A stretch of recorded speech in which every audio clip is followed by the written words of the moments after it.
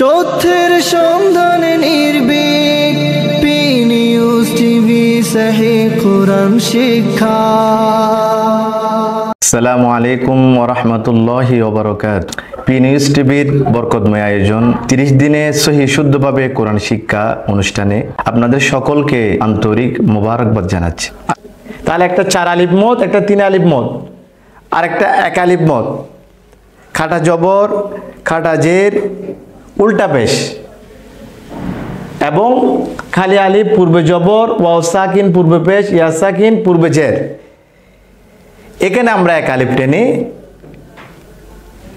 পড়ব। এছাড়াও আমরা ওয়াকফ অবস্থায় যেখানে খাড়া জবর থাকবে তখন ওয়াকফ অবস্থায় সেটিকে আমরা 1 আলিফ টেনে পড়ব। একটি হা জমির রয়েছে, ওই হা জমির ওটা যদি উল্টা পেশ হয় এবং খাড়া জের হয়, হা জমিরের পর যদি হামজা না থাকে তাহলে সেটাকে আমরা 1 আলিফ টেনে পড়ব। হা জমির ও হার উপর যদি উল্টা পেশ থাকে বা নিচে কাটা জের থাকে, তারপর যদি হামজা থাকে তখন সেটিকে আমাদেরকে 3 আলিফ টেনে পড়তে হবে। এভাবে শুধুমাত্র 2 জবর থাকলে ওয়াকফ অবস্থায় সেক্ষেত্রে আমাদেরকে 1 আলিফ টেনে পড়তে হবে। আর মিলিয়ে পড়লে আমরা টেনে পড়ব না। যেমন আমরা উদাহরণ লিখেছি জাওজা কিরামা, আমরা মিলিয়ে পড়লে পড়ব জাওজা কিরামা। এভাবে সম্মানিত ভাই বোন, মাদের হরফের পরের অবস্থায় যদি আমরা ওয়াকফ করি সেক্ষেত্রে আমাদেরকে 3 আলিফ টেনে পড়তে হবে।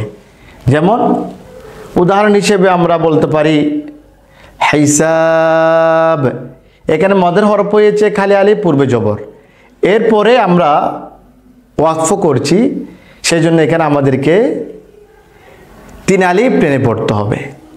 হাকিম, ইয়া সাকিন পূর্বে জের হয়েছে, এরপরে হরফে আমরা ওয়াকফ করছি, এই জন্য আমাদেরকে 3 আলিফ টেনে পড়তে হবে। হাকিম, ওয়াও সাকিন পূর্বে পেশ, এরপরে হরফে আমরা ওয়াকফ করছি, এই জন্য আমাদেরকে ওই মাদের হরফকে 3 আলিফ টেনে পড়তে হবে। মুফলিহুন। সম্মানিত ভাই বোন, খুব সহজভাবে আমরা যদি বলি, এই তলোয়ারের মতো মোটা চিহ্ন, এই জায়গায় আমরা এই চিহ্নটি আমরা যেখানে পাবো সেখানে 4 আলিফ টেনে পড়ব। একটু বাঁকা, এই চিহ্নটি আমরা যে জায়গায় পাবো সেখানে আমরা 3 আলিফ টেনে পড়ব। খালি আলিফ পূর্বে জবর, ওয়াও সাকিন পূর্বে পেশ, ইয়া সাকিন পূর্বে জের, এই 3 অবস্থায় আমরা যে জায়গায় পাবো আমরা 1 আলিফ টেনে পড়ব। খাটা জবর, খাটা জের, উল্টা পেশ, যে জায়গায় পাবো আমরা 1 আলিফ টেনে পড়ব। আর মদের হরফের পরে যখন আমরা ওয়াকফ করব আমরা সেক্ষেত্রে 3 আলিফ টেনে পড়ব। যেমন আলামিন, রহিম, কাফিরুন। এভাবে ওয়াকফ অবস্থায় আমরা যদি 2 জবর পাই সেক্ষেত্রে আমরা সেটাকে 1 আলিফ টেনে পড়ব। মিলিয়ে পড়লে সেখানে টানা যাবে না। যদি ওয়াকফ করি কিতাবা, হিসাবা। এভাবে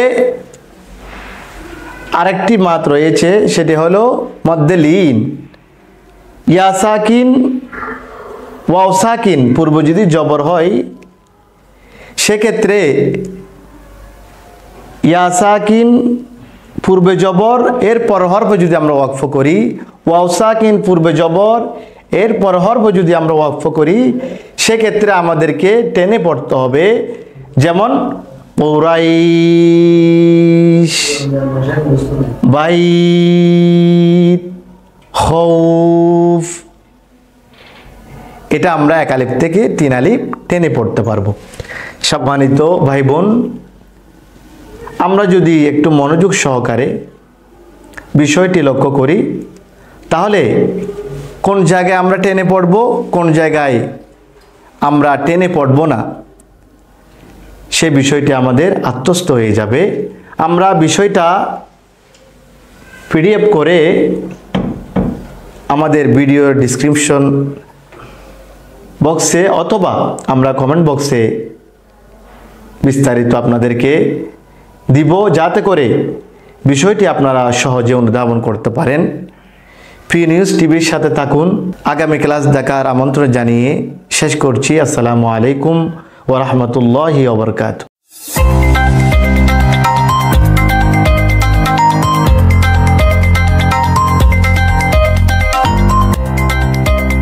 সত্যের সন্ধানে নির্ভীক, ফ্রি নিউজ টিভি।